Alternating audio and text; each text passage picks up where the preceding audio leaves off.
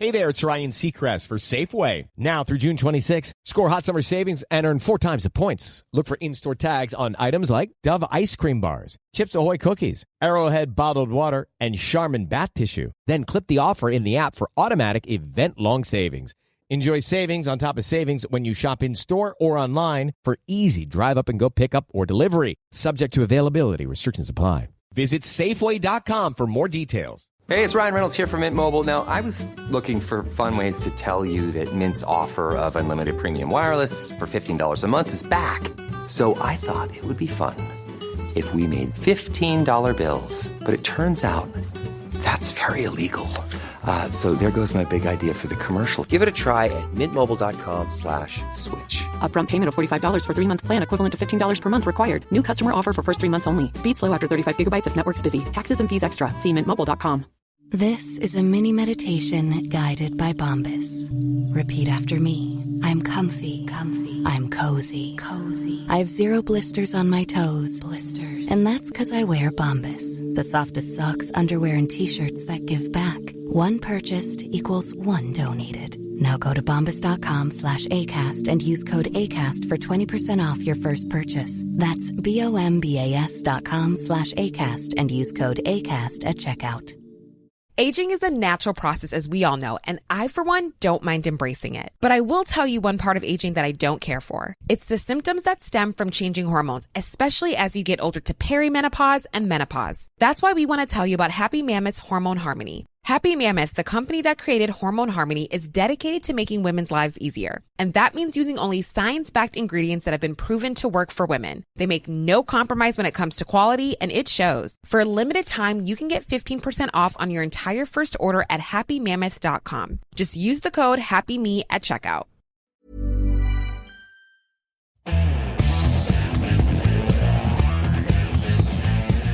This is the Daily Tech News for Tuesday, June 24th, 2025. We tell you what you need to know, follow up on the context of those stories, and help each other understand. Today, Andy Beach tells us why the CEO of Runway say AI is great for small creators. I mean, not like elves, but like independent ones creators. I'm sure it's great for hobbits, too. Totally. We also preview Samsung's coming foldable related Unpacked. That's right. I'm Jason Howell. I'm Tom Merritt. Let's start with what you need to know with the big story.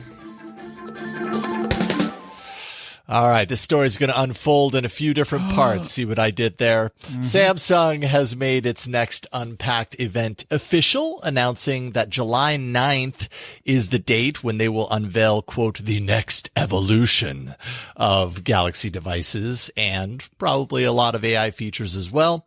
The summer event is expected to be the showcase for its latest slew of foldable devices. That's usually how it works with Samsung these days. The Galaxy Z Flip 7 is but one of those devices and maybe device families, which we'll talk about. It's expected to finally get a larger outer display, similar to what Motorola has actually done with its recent Razr Ultra series. If you've seen that, you kind of know what to expect on the cover screen. 3 colorways are rumored: blue shadow, jet black, coral red, just to name a couple of those, at least with this one. But there's also rumors pointing to the arrival of the Galaxy Z Flip 7 FE, which I believe still stands for Fan Edition. At least it did back in the old days of Samsung. That retains the folder style cover display. And if you've seen the cover display on kind of like the older versions of the Z Flip, but the older, newer versions, I guess, if that makes sense, it kind of looks like a vanilla or manila notepad or whatever those are called, where it has a little tab that sticks out, which is basically the carve out for the camera. So that's why it's kind of referred to as a folder style cover display, and a little bit thicker of a body design. Essentially the FE version is usually kind of like a step down in specs, maybe makes it more affordable to get in. And when you're talking about foldables, I mean, that's kind of an important thing to have because they can be really expensive. Yeah, so the Fan Edition says you don't get the cool new screen or right, a thinner device, but you pay less. Otherwise, the specs are the same. That makes sense. I get that. I mean, yeah, I'm not sure. I mean, obviously, we're going on rumor. We don't know exactly what these are going to end up being, but generally, a lot of the specs are the same. There might be some sort of ramp down as far as the internals are concerned with the FE, but often I think they have been pretty similar on the internals. Maybe not necessarily RAM. There might be less RAM. It really depends. Little but things, they're making some cuts to bring that cost down and make it less than premium for fans. I always find that funny that it's kind of colloquially known. Also, why do they call it colorways? That's a good question. It's one of just those colors. It's blue, black, and red. Colors. Those 3 colors. We don't need to get so fancy about these things. Yeah, I don't know. Like, I think in my head when I think, yeah, you're right. I mean, it is just colors. This is one of those words that over the years I've adopted because I've seen it used so many times that it's just kind of become part of how I talk about these things. Sometimes when I think of colorways, I think though that it's not just like a single color, like sometimes they're two-tone or whatever. And so it's true. like a different colorway. Yeah. Like a maybe palette. but you're right. Like I honestly have no idea. It's just one of those words that I use now for some reason. And you're not alone. I mean, that is the word. It just struck me today. So Galaxy Z Flip 7 following the trend is what we're expecting. Okay. And maybe they'll surprise us. Again, these are just what we know so far coming. Eileen loves her Galaxy Flip, the Z Flip that she uses. So, having a newer version with some bigger specs is probably good enough for a lot of peaks. I mean, it's a great form factor. I've always thought that the Flip, when we're talking about the foldable, and Samsung, has been there pretty much since the very beginning. When they introduced the Flip, I've always saw that as the more important one. Like the Fold, which we'll talk about next, is important because it's the bigger, badder, usually has, it's really meant for like the premium user or whatever. But the Flip is the everyday device. It's the probably applies to and appeals to far more people just because it's smaller, it's easier to manage. Not everybody has the reason to have a tablet in their pocket, but everybody can understand why a smaller phone that flips out to a normal phone makes sense. And I've been, I've used the recent Motorola Razr Ultra. I have a review actually coming this week on my channel. We're going to talk about it tonight on Android Faithful. And I mean, one of, if not the biggest kind of key feature about this is the bigger, more, kind of expansive cover display, which is what we're probably going to see in the Flip 7. So I think that's a really great choice. Yeah, for sure. Absolutely. The Galaxy Z Fold 7 also expected. It'll be thinner. Usually that's the case, right? They get a little thinner, a little lighter. They slim up the bezels a little bit. There isn't a whole lot of innovation going on with these. It's marginal, I'd say, year after year, but a larger 8-inch inner display, titanium backplate. Like I was saying just a few minutes ago, the more premium materials usually come in here. Samsung last month had teased an Ultra version, and that would take its cues from the Galaxy S series. They have the Ultra devices, which are usually my favorite of the S launches. And that's, why is it Ultra? Because it just has max everything, right? Like it's usually bigger. It's got the best internals. It does all of the things. It's pretty unencumbered as far as that's concerned. Increased performance, AI integrations, all that kind of stuff. So that's good, I suppose. If you want the Fold, you're going to be paying for it though. The 7 Fold's going to be a pretty expensive device, I have to imagine. So there's that. I am a fan of the foldable. I have a Pixel Fold, not a Galaxy Fold. But making it better, I would not be opposed to if that's what Samsung announces. It's funny that, the Ultra is basically the opposite of the Fan Edition. Totally. It's the same Fold 7, but with better internals. So, and you'll pay more. Yes, indeed. And then, finally, Samsung's expected to show a new Galaxy Watch 8 family of smartwatches. I say family because there's a total, at least rumored 3 different variants. We might actually see the return of the rotating bezel. I feel like this is like an on again, off again thing. Samsung can't make up its mind on the rotating bezel. I always liked it. I always thought it was neat. If anything, just to be a fidget, to mess around with. But it's very satisfying. That would happen on the classic model, according to rumors. A continued use of the Squircle design for some of their smartwatches, which I think, it makes a lot of sense. It's a little polarizing, but I like the look of it personally. And then the return of a customizable quick button, which you can assign to whatever you want. Can they partner with Pokemon and get a Squircle design? Oh boy, could they? You know what? If anyone's going to do it, sure. Samsung anything could happen. Make that happen. Yeah, I'll be honest. This all is pretty like, yep, that's what I would have predicted, kind of totally. stuff. So I guess what we're saying here is we're not expecting a whole lot of surprises out of Samsung. If you go farther into the rumor bin, is there anything a little more unexpected? Well, I mean, one thing that we're kind of getting close to is, if you remember with the S24 series, and I believe that is when we started to get, the actual information around Samsung's Galaxy AI launch. And now we're a couple of years in, right? The S24 had Galaxy AI, S25 series has had Galaxy AI. So we're pretty used to that just being a feature that's there. But if you go back in time to S24 series, Samsung had made mention that that feature was going to be free until the end of 2025. And as we know, we're mid 2025. We're getting close to the end. We're kind of starting to get to the point to where Samsung might want to or need to start telegraphing its intention to charge for this feature, if that's what it's going to do. So there's a possibility that we might hear something about that. The thing about this, though, is Samsung really hasn't confirmed anything about this. Little bits and dribbles over time, but it's essentially communicated that it's still deciding whether it's going to actually pursue this charging for this feature or not. So... Okay. I don't know that that's something to look forward to. Who wants to pay for the AI on their smartphones? Yeah, totally. Like, no one wants that. I don't know. How do you feel about that, paying for some of these features on your smartphone? I think it would be a mistake to put it behind a paywall. I think what they need to do is say, we've got cool new features that you can access in a new paid tier. Everything you get now, you'll continue to get for free, if they want to avoid the huge backlash. Or they package it in with some Samsung subscription thing that throws in some other stuff that you would pay for otherwise. But yeah, it's certainly not going to be the thing that everybody's going to get excited about, right? No. Like, woo, I get to pay for AI stuff. You're going to have to make it sound like you're going to get something crazy cool. It'll just cost you a couple bucks. So one thing that AI companies have been doing a lot is, yes, of course we have free. But if you pay, you get unencumbered, or you get unlimited tokens, or a very large amount or whatever. Yeah. And I could see something like that. Like, for sure. You do get free. It's just you don't get as many as you want. What do you think the chances are of us getting Samsung glasses tees or some other AR, mixed reality sort of something, or something else for in this one?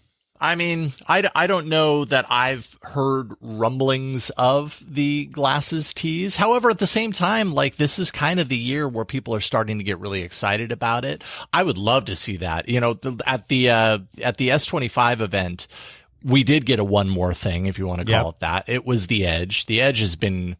It seems to be a little lukewarm as far as, far as interest has been, since it's released. But, so it's not unprecedented for Samsung to come out with a one more thing, at the end of this. And if they were to do that, I would put my money on some sort of glasses reveal, just because there is a lot of attention and energy going around right now about this. We know Google, is really teasing up its Astra. And I think that this is going to be a collaborative, effort. So it's totally possible. I just haven't heard anything specific to this event about that yet. Yeah. It does seem like this is taking the place of the old Note spot in the lineup. Totally. And it is usually just a like, hey, we got new stuff. Here you go. So it's kind of what I'm expecting is that we'll just get all of this that we just talked about. So indeed. DTNS is made possible by you, the listener, my friend. Thank you, Norm Fazekas. Thank you, Chris Allen. Thank you, Reed Fischler. And thank you, new patrons, Mr. Bisk and Okie Dokie 27. Is that a lobster bisque or different? Now at Verizon, we have some big news for your peace of mind. For all our customers, existing and new, we're locking in low prices for 3 years guaranteed on My Plan and My Home. That's future you peace of mind. And everyone can save on a brand new phone on My Plan when you trade in any phone from one of our top brands. That's new phone peace of mind. Because at Verizon, whether you're already a customer or you're just joining us, we got you. Visit Verizon today. Price guarantee applies to then current base monthly rate. Additional terms and conditions apply for all offers. Hey there, it's Ryan Seacrest for Safeway. Now through June 26, score hot summer savings and earn 4 times the points. Look for in-store tags on items like Dove ice cream bars, Chips Ahoy cookies, Arrowhead bottled water, and Charmin bath tissue. Then clip the offer in the app for automatic event-long savings.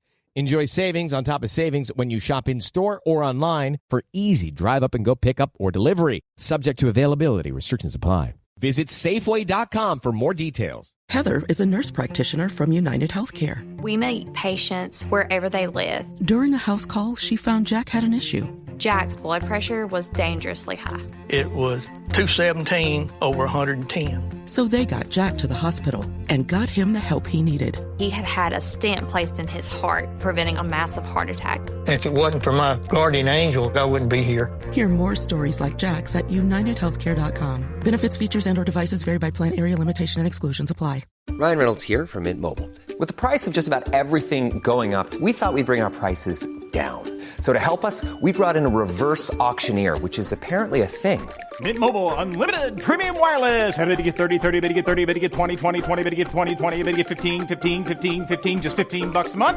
Sold! Give it a try at mintmobile.com/switch. Upfront payment of $45 for 3-month plan, equivalent to $15 per month required. New customer offer for first 3 months only. Speed slow after 35 gigabytes if network's busy. Taxes and fees extra. See mintmobile.com.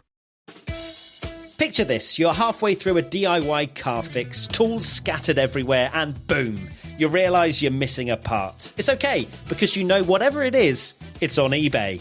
They've got everything, brakes, headlights, cold air intakes, whatever you need, and it's guaranteed to fit, which means no more crossing your fingers and hoping you ordered the right thing. All the parts you need at prices you'll love, guaranteed to fit every time. eBay, things people love.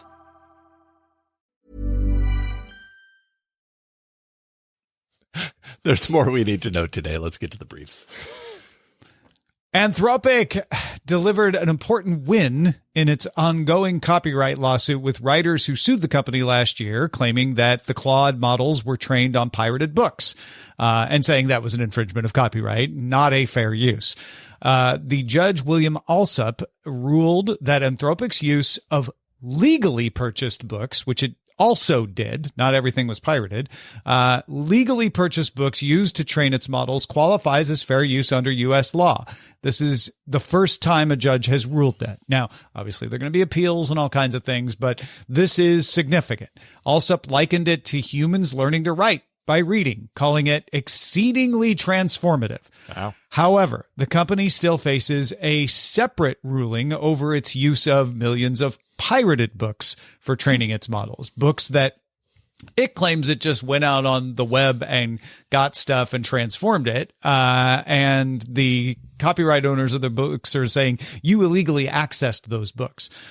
This ruling also doesn't have any determination about the output of models and whether that infringes on copyrights, which is how a lot of these cases are now starting to break down, where judges are saying there might be a fair use on the input and the training, but if it can output a copyrighted work, maybe that's a violation. So we're in the absence of legislation, we're starting to see how these arguments are shaping up a little more. Yeah, and I'm sure we're going to see some real kind of similarities in how these things line up time after time. But, qualifying the training as fair use and comparing it or likening it to learning to write by reading, I'm totally on board with that. I absolutely agree with that. I know a lot of people, would disagree with that analysis, but I think it is really largely the same. I think how you acquire that information is a whole separate story. And if you are breaking the law, which, I believe downloading pirated books probably constitutes breaking the law, then that's a real big kind of, real big mark on that process. And Anthropic's not alone in doing this. So if this ends up, going negative for Anthropic in that regard, it has the potential to impact a lot of the other companies that have trained their data sets on exactly the same thing. Yeah, I think it is interesting. First of all, yes, I agree with you that broadly speaking, it is like reading. I think a better argument, and an argument I'd like to see a judge make, is this isn't just like reading. This is like taking data and breaking it down into its letters and figuring out a word count. That's an even better analogy to me. It's like, saying how many times the word for happened in a copyrighted work is not a breaking of copyright. And that's essentially what these models do. They create relationships amongst the tokens that they break them down into, So this isn't a bad analogy, and I think it ends up in the right place, which is doing that to a work is very transformative, exceedingly transformative, as the judge wrote. So I'm glad that he came to that conclusion.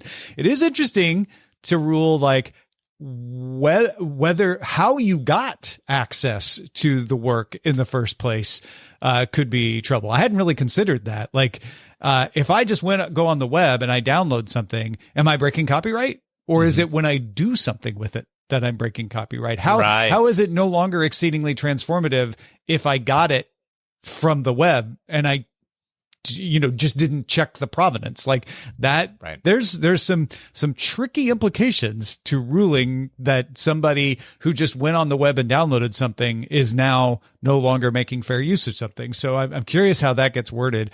And I think it's great that they're focusing on the output. A world where models have to be careful that they don't output copyrighted works does sound exceedingly complicated, but on principle, I don't have an objection with it. Yeah, agreed. The Meta Quest 3S Xbox Edition has launched after more than a year of anticipation. The limited edition partnership between Microsoft and Meta is designed with an exclusive black and green Xbox colorway that matches to the console. Sorry, had to emphasize. And includes a prepared Xbox controller and pre-installed Xbox cloud gaming web app.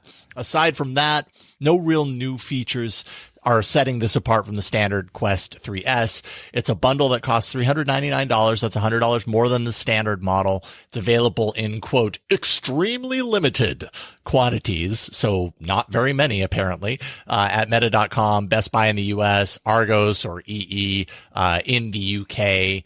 Really, this just kind of seems like a collector's item for people who care that much about Microsoft. And this is a fan branded item. You can basically make the same Quest 3S yourself by buying it, painting it, pairing an Xbox controller to it, and installing Xbox Cloud Gaming. So it's really just the fact that it's more professionally colored, I guess. Yeah, I guess so. That is the extra $100. I don't know.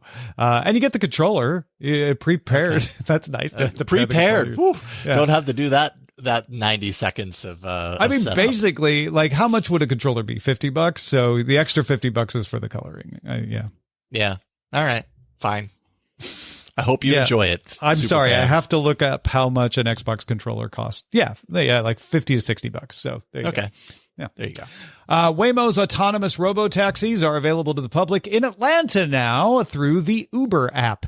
Atlanta is the second city after Austin to bring the Waymo Uber partnership to roads. Uber customers get the choice to opt in to an autonomous ride in the ride preferences section of the app. The fares will be similar to UberX Comfort and Comfort Electric rides.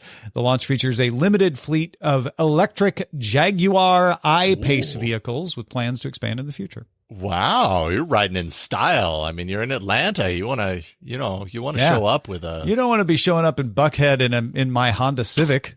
Who wants to show up at Buckhead, in a Honda Civic? I mean, Jaguar's where it's at. Yeah, that's pretty impressive.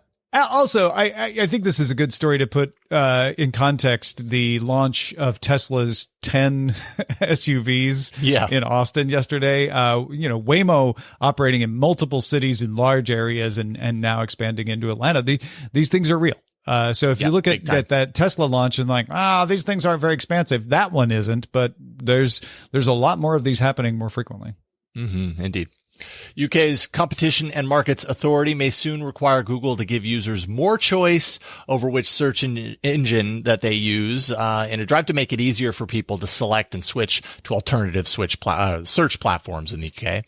The CMA is not outright accusing Google of anti-competitive behavior at this stage, but it's outlining a roadmap of possible remedies as it analyzes whether to deem Google with, quote, strategic market status. One possible outcome could be the implementation of, kind of what you would imagine a choice screen that allows users to choose different search providers, make it really easy for them to do so. Google says that punitive regulations like these could impact how it brings its products to the UK in the future. That final decision by the CMA is expected sometime in October. Yeah, so this is a complication brought about by the fact that the UK is no longer part of the European Union, so it's not part of the Digital Markets or Digital Services Acts, so it can forge its own path of regulation, and this is a chance for it to say, we're considering these remedies if we determine there's a problem, and that gives Google a chance to respond and say what they think of the remedies. That doesn't mean the UK has to listen to what Google says, but it could. And it's a fair chance for Google to get their say about it. Sure, it could impact how it brings its products to the UK, just like any regulation impacts how you bring your products to any market. So, I know what Google's trying to say. I'm just saying, you'll do this. Things could get a little sticky. Just saying. We might have to change how we bring our products. And the CMA is like, yes, that's the point. That's the point. Right. The HDMI 2.2 specification is finalized with major upgrades to support modern displays. Support for the new Ultra 96 cables. The more simplified naming means that when you see the 96, that means it's 96 gigabits per second bandwidth. Makes sense. And so that gives you support for video up to 12K at 120 frames per second and 16K at 60 frames per second. Now, you probably aren't going to be sending 16K over this, but the capacity is there, so you can push multiple video streams, stuff like that. Right. Another new feature is a latency indication protocol, or LIP. Please give me LIP in HDMI. That gives you improved audio video sync. Now we're going to wait for devices that support this standard, and those devices can display the Ultra 96 label to let you know that.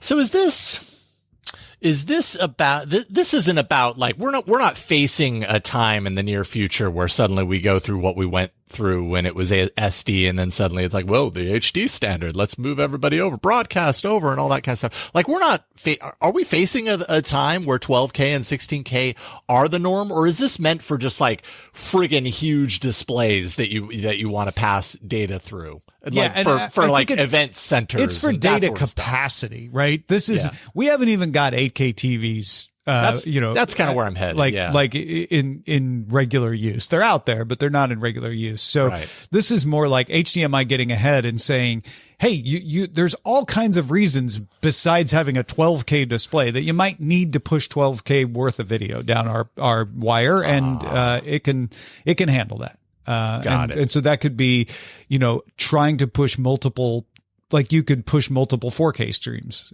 through there, stuff like that. Okay. Yeah, no, that makes a lot of sense. All right, thank you.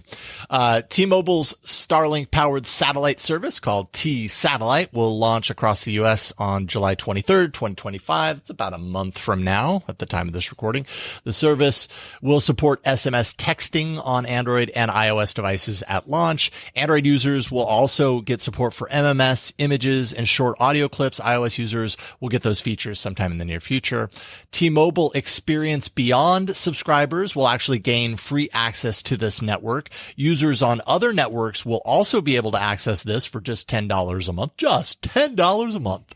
In October, an expansion is expected to bring support for select third-party apps as well. So think WhatsApp, X, AccuWeather, AllTrails, and then T-Satellite will also provide free 911 texting for all users, regardless of carrier, later this year. So, and then I think I also saw a story or a report that says that T-Mobile, can't remember who it was. Was it Ookla or I can't remember who it was, but anyways, that T-Mobile is now like the carrier to beat in the US, is just kind of on a roll right now with their coverage and yeah, coverage is pretty good. Although there's still parts of the country that I visited where I get less coverage than I would like. However, I'm on T-Mobile and they're great most of the time. They have good international plans too. So when you travel, you don't have to pay a bunch extra to get decent service. Totally. And this to me is like that. You know, you pay $10 a month because you're a hiker and you want to be able to access this, or you're often in areas where you lose service and you just want to have a little emergency, you know, in case your car breaks down. This is not something I think everybody needs to have. I think people see Starlink and they think, oh, I'll get Starlink access on my phone. That's not exactly what we're talking about here. Fill in the gaps. I don't know. Someday it could be. Yeah, fill in the gaps. Amazon, speaking of rural areas, is expanding its same-day and next-day delivery services to more than 4,000 small towns and rural communities in the U.S. by the end of 2026. Apparently, they already have 1,000 towns down, and it's going to be 4,000 by the end of 2026. The expansion is focused on bringing what are called everyday essentials. So there's a list of those kinds of things, but, you know, groceries, household goods, pet food, beauty supplies, stuff like that. Amazon says they spent $4 billion. They built new facilities. They converted existing delivery centers into hybrid hubs. All the things you would guess they would do. Spend a lot of money and build warehouses to make this happen. Each new site is expected to create around 170 jobs, plus added driving positions to bring the packages to people as they add more. They say in the 1,000 towns where they've rolled this out that it is appreciated and used quite a bit. And I thought the part of this that caught my eye, Jason, was using machine learning to figure out which items are most likely to be ordered in which areas to keep them on hand to kind of make that magic happen so that the thing you're looking for is available for same day delivery. Right. Because these centers can't possibly store every single thing under the moon. They really do have to be selective, but Amazon's super smart with this stuff. They know how to analyze their inventory and understand what items are hot where. And, so that makes a lot of sense. And 170 jobs. Hey, look, Amazon's not killing all jobs. It's creating some jobs, in the shadow of AI. Like, wow, we expanded a service and added jobs. Yes, that's how that works. Also how that works. Yeah. Yeah. Machine learning. This is an example, all kidding aside, of machine learning enabling something that then allows you to add jobs. Yeah. Pretty awesome stuff. OpenAI's first AI device designed with Johnny Ive will not be a wearable or in-ear gadget. This is according to court documents filed in a trademark dispute with audio startup IO. Not I-O, but I-Y-O, which when you say it out loud sounds like I-O. I-O. Okay, anyway. I-O. The filing also reveals that the new device has no finalized design at this point. It will not ship until at least 2026. So there's not a whole lot going on right there. But just so you know, it's not an in-ear gadget like I-O. It's not a wearable either. I-O, now you know. And you might want to jump on some of these Netflix games. 20 games are leaving the service in July, including all the Monument Valley titles, Hades, Carmen Sandiego, and more. Last day you can play them varies throughout July. I think all the Hades goes away July 1st, but different ones go away at different dates. So you'll want to look at the mobile app to find out when. Those are the essentials for today. Let's dive a little deeper. All right. While Hollywood veterans bet big on AI studios, the CEO of Runway says the future belongs to individual creators using AI like a paintbrush. Andy Beach knows all about this and is here to unpack the contrast. Andy, thanks again for joining us and helping us understand this whole crazy, fast-moving world of generative models and everything else. Hey, Tom, good to see you. So we have heard about studio heads out there, some of them in the press, some of them behind the scenes, saying like, yeah, we really need to use these tools. They can do things a lot faster. But this is a different take on it. Tell us who the CEO of Runway is and what he's saying. Yeah, so Chris Valenzuela is the CEO of Runway, and he was recently talking to Nilay Patel at The Verge on their Decoder podcast around these very topics. And you're absolutely right. I think everybody that's involved in media technology right now is acknowledging this. And so he really made the argument with Nilay that AI was going to empower individual creators far sooner than it was going to replace the studio world. And this is a person who makes the tools, right? Explain what Runway does. Yeah, Runway is in the business of making large language models that particularly have some form of creative output. They are very focused on creating avatars, doing video in painting, doing different style transfers for both image and video. So they're highly focused in creating environments that allow creatives to go make synthetic content out there at scale. Yeah, this is less risky than someone who's involved in union negotiations, perhaps, coming out and saying it. It's also self-interested. The person saying this is the person that's going to benefit from people believing that is true. That doesn't mean that he's lying, but why should I believe the tool maker when he says, gosh, you're really going to need my tools?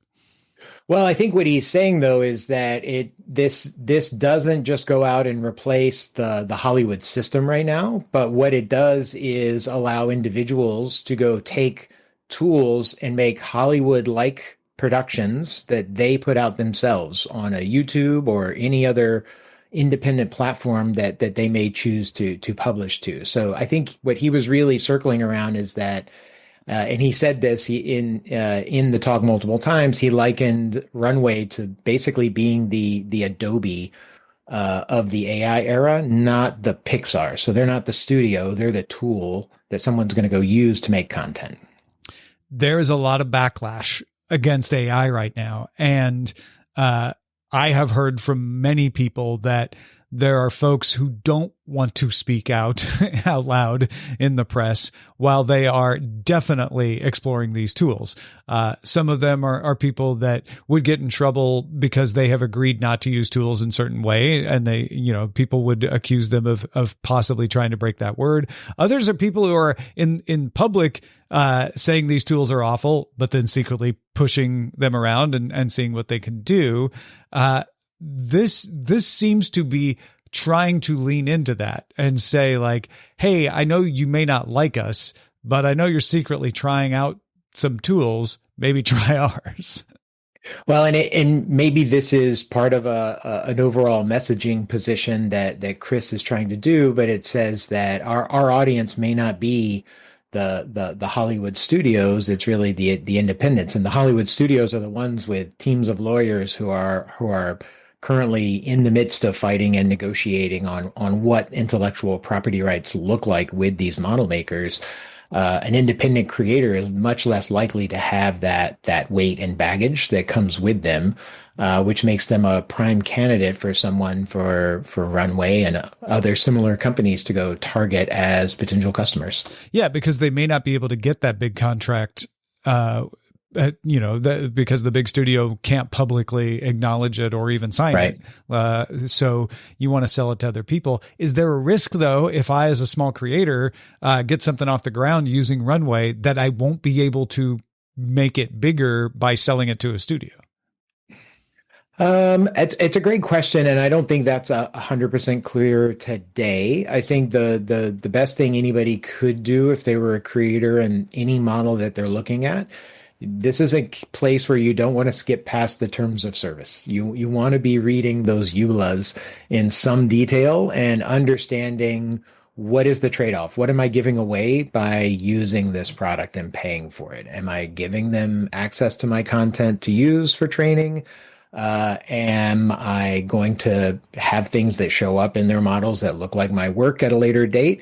I'm not saying that that is what it's doing. I'm just saying you want to make sure that you educate and arm yourself for the information. And often with these model makers, there are ways to protect yourself.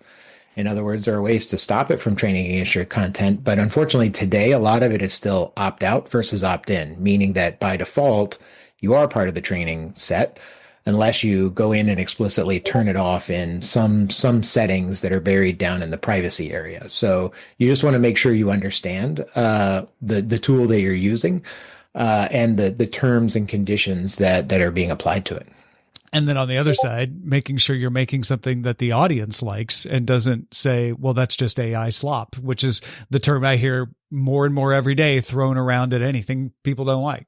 I think I've heard this summer referred to as the summer of AI slop. So you want to make sure that you're not just creating something that's derivative and doing something that's intentional with it, not something that's just highly repeatable. Fantastic. Well, Andy, thank you so much for helping us dig through some of these insights, as always. If folks want to get more of your insights on this, where should they go? So I have a Substack I've been writing around these convergent topics of media technology and AI, and it's called Engines of Change, and that's enginesofchange.ai. Excellent. Go check it out, folks. Thanks, Andy. Thanks, Tom. You got thoughts on this or anything else we're talking about, please join our Discord. You can do so by linking your Patreon account at patreon.com/DTNS.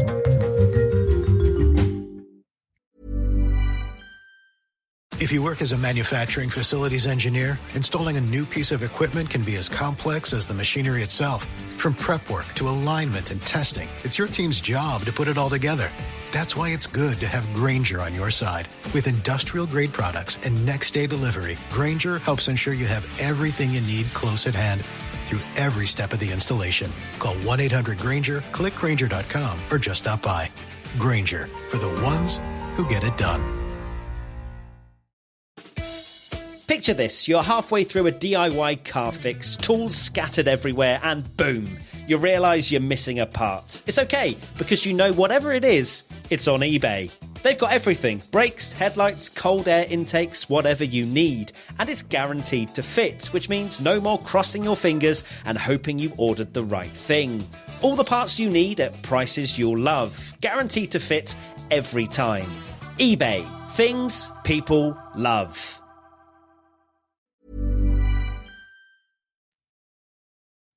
We end every episode of DTNS with some shared wisdom, and today Roger has thoughts and a mild correction about our discussion of Netflix adding TF1 broadcast channels. Yeah, Roger writes, great to have Patrick Beja back on a subject I know nothing about, which is, that's how we help each other understand. Roger points out that the BBC is in the United Kingdom, not just England, saying that as I'm a taffy, which is a Welsh person. Sorry, I rarely watch live TV nowadays. And yes, I'm not sure which one of us said it, but I'll take responsibility. I'm sure one of us said, the BBC in England. And, of course, it is in England, but it's also in Scotland and the Isle of Man and Northern Ireland and Wales and all the parts of the United Kingdom. So apologies for that quip. Thanks for the gentle correction, Roger. Indeed. Thank you, Roger. What are you thinking about? If you have insight into a story that we talked about or haven't talked about, you can share it with us. Feedback at dailytechnewsshow.com. Thanks again to Andy Beach.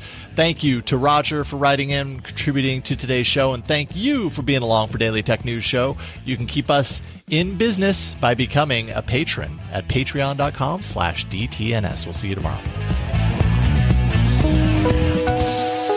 The DTNS family of podcasts, helping each other understand. Diamond Club hopes you have enjoyed this program. Now at Verizon, we have some big news for your peace of mind. For all our customers, existing and new, we're locking in low prices for 3 years guaranteed on My Plan and My Home. That's future you peace of mind. And everyone can save on a brand new phone on My Plan when you trade in any phone from one of our top brands. That's new phone peace of mind. Because at Verizon, whether you're already a customer or you're just joining us, we got you. Visit Verizon today. Price guarantee applies to then current base monthly rate. Additional terms and conditions apply for all offers. Ever wonder what your lashes are destined for? The cards have spoken. Maybelline New York Mascara does it all. Whether you crave fully fan lashes with Lash Sensational, big, bold volume from the Colossal, a dramatic lift with Falsies Lash Lift, or natural-looking volume from Great Lash, your perfect lash future awaits. Manifest your best mascara today. Shop Maybelline New York and discover your lash destiny. Shop now at Walmart.